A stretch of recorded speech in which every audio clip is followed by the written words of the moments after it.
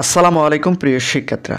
তো যেহেতু তোমাদের প্রশ্নপত্রে প্যারাগ্রাফ থাকবে বা প্যারাগ্রাফ লিখতে হবে, তো এই ভিডিওর মাধ্যমে তোমাদের দেখাবো যে কিভাবে প্যারাগ্রাফ লিখতে হয়, একই সঙ্গে কিভাবে একটি প্যারাগ্রাফ দিয়ে একাধিক প্যারাগ্রাফ লেখা যায়। অর্থাৎ তোমরা একটা মাত্র প্যারাগ্রাফ মুখস্থ করবে, সেই একটা প্যারাগ্রাফ দিয়ে তোমরা একাধিক প্যারাগ্রাফ বা অনেক প্যারাগ্রাফ কিন্তু তোমরা লিখতে পারবে। যেহেতু তোমাদের ইংরেজি বিষয় পরীক্ষা অনুষ্ঠিত হবে, ইংরেজিতে কিন্তু তোমাদের প্যারাগ্রাফ লিখতে হয়। তো এই ভিডিওটি খুবই গুরুত্বপূর্ণ, তোমরা অবশ্যই সম্পূর্ণ ভিডিওটি মনোযোগ সহকারে দেখবে। তো এখানে তোমরা দেখতে পাচ্ছ, দেখো যে সকল শিক্ষার্থীদের ইংরেজি পড়তে বা মুখস্থ করতে সমস্যা হয় বা পরীক্ষার প্রস্তুতির জন্য অনেক প্যারাগ্রাফ মুখস্থ করতে হয়, পরীক্ষার প্রস্তুতির জন্য অনেক প্যারাগ্রাফ মুখস্থ করা কিন্তু অনেক কঠিন।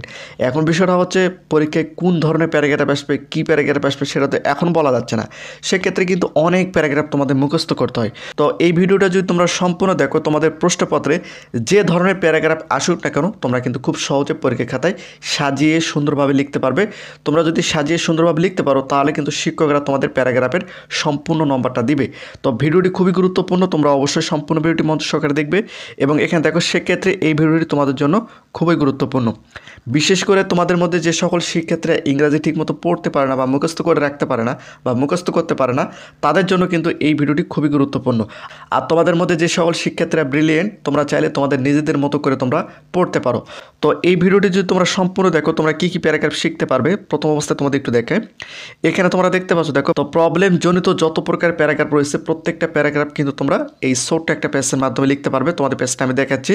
তো এখানে কী কী প্যারাগ্রাফ রয়েছে দেখো: copying in the examination, environment pollution, air pollution, terrorism in the campus, terrorism এবং black marketing, child marriage, traffic jam, loadshedding, hartal day, road accident, drug addiction, price hike, advertising, corporation, climate change, global warming, food adulteration এবং dangers of smoking, arsenic pollution. তো এখানে তোমরা দেখতে পাচ্ছ, দেখো মোটামুটি 29টার মতো প্যারাগ্রাফ তোমরা এখানে লিখতে পারবে। পপুলার প্রবলেম, এখানে দেখো চাইল্ড লেবার, ব্ল্যাক মানি, এগুলো কিন্তু লিখতে পারবে। অর্থাৎ এখানে যে 29টা প্যারাগ্রাফ তোমাদের আমি দেখালাম, এই 29টা প্যারাগ্রাফ কিন্তু তোমরা ছোট্ট একটা পেজের মাধ্যমে লিখতে পারবে। এখানে দেখো, এগুলোর মধ্যে কিন্তু সবচেয়ে বেশি প্যারাগ্রাফ তোমাদের প্রশ্নপত্রে থাকে ইংরেজিতে। তো এই কয়েকটা প্যারাগ্রাফ বা এই 29টা প্যারাগ্রাফ কিন্তু তোমরা এই ছোট্ট একটা পেজের মাধ্যমে লিখতে পারবে।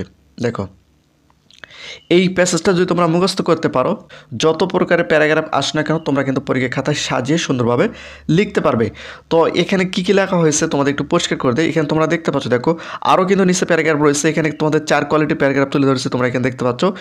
এই 4 কোয়ালিটির প্যারাগ্রাফ কিন্তু তোমাদের মুখস্থ করতে হবে, যেহেতু তোমাদের হাতের সময় রয়েছে। কারণ এই 4 কোয়ালিটির প্যারাগ্রাফ তোমরা যদি মুখস্থ করে রাখতে পারো, যে কোনো পরীক্ষায় তোমাদের প্যারাগ্রাফ আসে না কেন তোমরা খুব সহজে কিন্তু লিখতে পারবে। তো এখানে তোমরা দেখতে পাচ্ছ, দেখো এখানে টপিক যেগুলোতে তোমাদের পরিবর্তন করতে হবে, টপিক দেখতে পাচ্ছ। তো তোমাদের প্রশ্নপত্রে কী বিষয়ে প্যারাগ্রাফ লেখার কথা উল্লেখ করা হয়েছে, সেই প্যারাগ্রাফটা কিন্তু তোমাদের এখানে শুধুমাত্র নামটা বসিয়ে দিতে হবে। তো এখানে দেখো, জাস্ট আমি এখানে তোমাদের বোঝানোর ক্ষেত্রে বলি, traffic jam is a great and harmful problem. It is not only common matter for our own country but also for the other countries too. Traffic jam destroying our social peace and happiness. Day by day, it is going out of our control, which is very alarming. Keeping this problem, we cannot imagine our peace and happy life. Through traffic jam is very true to remove this problem totally from the society, but we have to try at any cost. Without removing this problem, acute problem people cannot get relief. Everybody wants a good solution for this problem. The law, forest agencies should arrest. Then who are you creating public areas? So we should be active to get a better solution.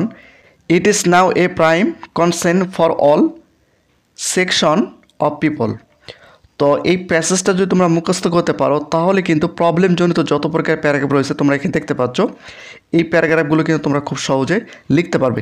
এখানে totally কিন্তু 29টা paragraph রয়েছে, তোমরা এখানে দেখতে পাচ্ছ। এই 29টা paragraph এই ছোট্ট একটা প্যাসেজের মাধ্যমে কিন্তু তোমরা লিখতে পারবে। তো এখানে তোমরা হয়তো ছোটো দেখতে পাচ্ছ, এটা কিন্তু কমপক্ষে 1.5 পৃষ্ঠার উপর কিন্তু চলে যাবে। এখানে প্রত্যেকটা লাইন কিন্তু অনেক বড়, তোমরা এখানে দেখতে পাচ্ছ। তো এই ছোট্ট একটা প্যাসেজ তোমরা মুখস্থ করে নাও। এখানে যে প্রবলেমজনিত যে প্যারাগ্রাফগুলো তোমরা দেখতে পাচ্ছ, এগুলো কিন্তু তোমাদের পরীক্ষায় পরীক্ষায় সবচেয়ে বেশি আসে। তো এই জন্য আমি তোমাদের বলবো এখানে যে 29টা প্যারাগ্রাফ রয়েছে এই 29টা প্যারাগ্রাফ কিন্তু তোমরা মুখস্থ করতে পারবে না। এই 29টা প্যারাগ্রাফ তোমরা এই ছোট্ট একটা প্যাসেজের মাধ্যমে কিন্তু পরীক্ষা খাতায় লিখতে পারবে।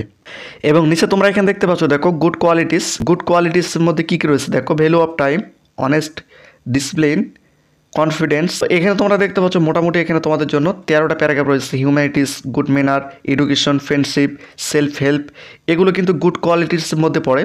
এই ধরনের প্যারাগ্রাফ যদি তোমাদের আসে সেক্ষেত্রে তোমাদের জাস্ট এই যে এখানে তোমরা একটা প্যাসেজ দেখতে পাচ্ছ, এই প্যাসেজটা তোমাদের মুখস্থ করতে হবে। তো দেখো এগুলোর মধ্যে কিন্তু প্যারাগ্রাফ তোমাদের প্রশ্নপত্রে থাকতে পারে, সেক্ষেত্রে এগুলোর জন্য তোমাদের কিন্তু এই প্যারাগ্রাফটা মুখস্থ করতে হবে বা এই প্যাসেজটা মুখস্থ করতে হবে। তাহলে কিন্তু তোমরা খুব সহজে যে কোনো প্যারাগ্রাফ আসুন না কেন গুড কোয়ালিটিস বা ভালো দিক নিয়ে তোমরা কিন্তু এই প্যাসটার মাধ্যমে লিখতে পারবে। এই জন্য অবশ্যই তোমাদের এই প্যাসটা মুখস্থ করতে হবে। শুধুমাত্র টপিকের জায়গায় তোমাদের প্রশ্নপত্রে কী প্যারাগ্রাফ আসে সেই নামটা শুধুমাত্র টপিকের এখানে তোমাদের বসে দিতে হবে। এটা হচ্ছে গুড কোয়ালিটিস, তোমরা এখানে দেখতে পাচ্ছ। এরপর নিচে তোমরা এখানে দেখতে পাচ্ছ দেখো সায়েন্টিফিক থিং, অর্থাৎ বিজ্ঞান বিষয়ে যদি কোনো প্যারাগ্রাফ আসে সেক্ষেত্রে তোমরা এই প্যাসটার মাধ্যমে লিখতে পারবে।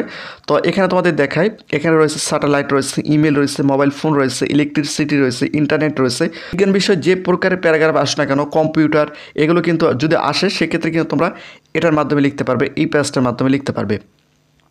দেখো এই ভিডিওর মাধ্যমে জাস্ট তোমাদের আমি 4টা প্যাসেজ দেখাচ্ছি। এই 4টা প্যাসেজ যদি তোমরা মুখস্থ করতে পারো তাহলে তোমাদের প্রশ্নপত্র অর্থাৎ তোমাদের প্যারাগ্রাফ যে প্রশ্নেই প্যারাগ্রাফ আসে না কেন তোমরা কিন্তু খুব সহজে পরীক্ষা খাতায় লিখতে পারবে।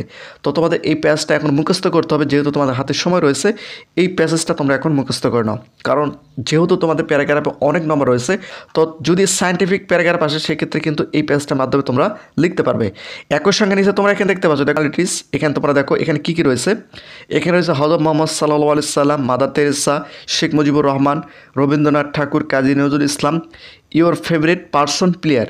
তো তোমাদের যদি কোনো ফেভারিট পার্সন থাকে বা ফেভারিট প্লেয়ার থাকে সেক্ষেত্রে তাদের নামে যদি প্যারাগ্রাফ আসে সেক্ষেত্রে কিন্তু তোমরা লিখতে পারবে। তোমরা এখানে প্যাসেজটা দেখতে পাচ্ছ, এই প্যাসেজটা তোমাদের মুখস্থ করতে হবে।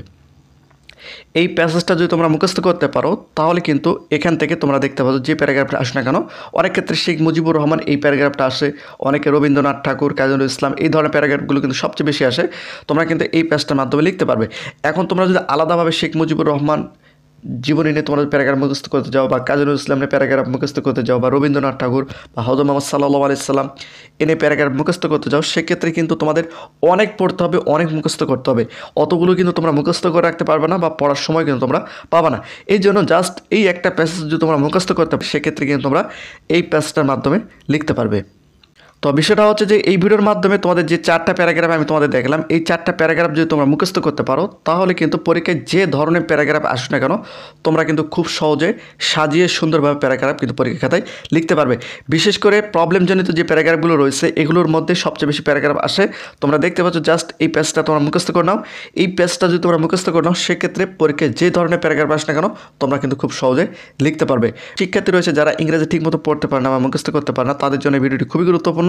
তোমাদের হাতে যেহেতু এখন সময় রয়েছে তোমরা চাইলে কিন্তু প্যারাগ্রাফটা মুখস্থ করে নিতে পারবে। তো দ্রুত তোমরা এই প্যারাগ্রাফটা মুখস্থ করে নাও। এখানে যে 4টা প্যারাগ্রাফ তুলে ধরে 4টা প্যারাগ্রাফ তোমরা দেখে নাও, আমি তোমাদের আরেকবার দেখাই।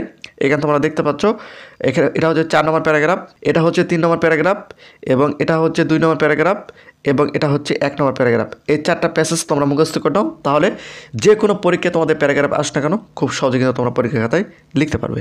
তো প্রতিনিয়ত শিক্ষামূলক খুঁটিনাটি আপডেট ভিডিও পেতে অবশ্যই চ্যানেলটিকে সাবস্ক্রাইব করে রাখো।